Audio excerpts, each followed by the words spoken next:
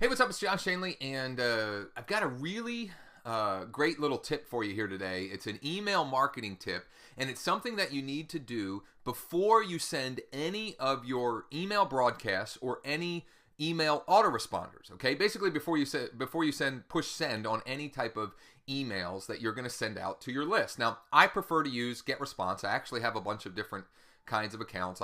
But the one that I use most often and the one that I recommend for you is GetResponse. And I've actually got a newsletter. GetResponse calls it a newsletter. I call it a broadcast. It's basically when you're writing an email message that you're going to push and send out to whoever you want. And here's the tip or trick, all right? Here's the thing, and before I share it, you probably have heard this before. Maybe you have, maybe you haven't, but maybe you need to be reminded of it, as I needed to be reminded of it recently as well. And here it is, very simple. You need to always make sure that you send a test email before you push send. Now, why? Why is that important? Well, I actually sent a couple of test emails to myself before I shot this video.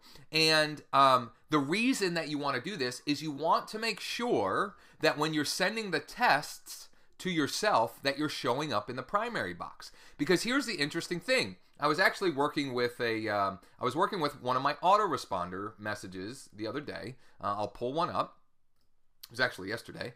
And so I'll go this one.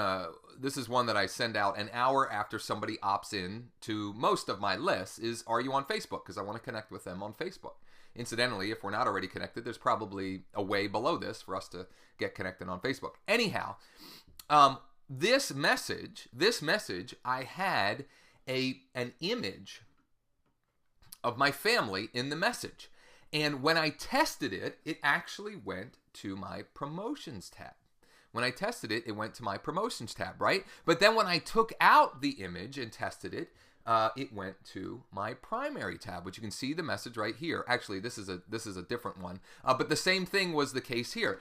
This email, this one right here, video you requested 3 things to explode your business. It had an image of my family in there, and it was going to the promotions tab versus the primary.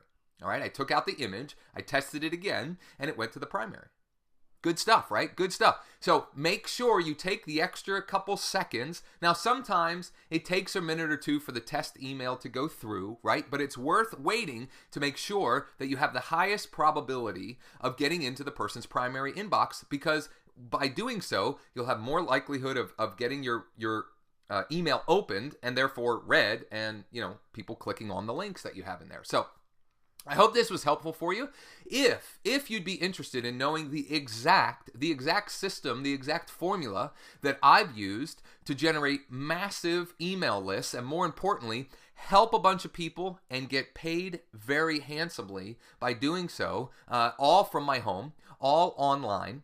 If you'd like that formula so that you can use it yourself in your business, or to start a business, you can click the link below this video and follow along, right? I've outlined it for you step by step. It's really, really simple.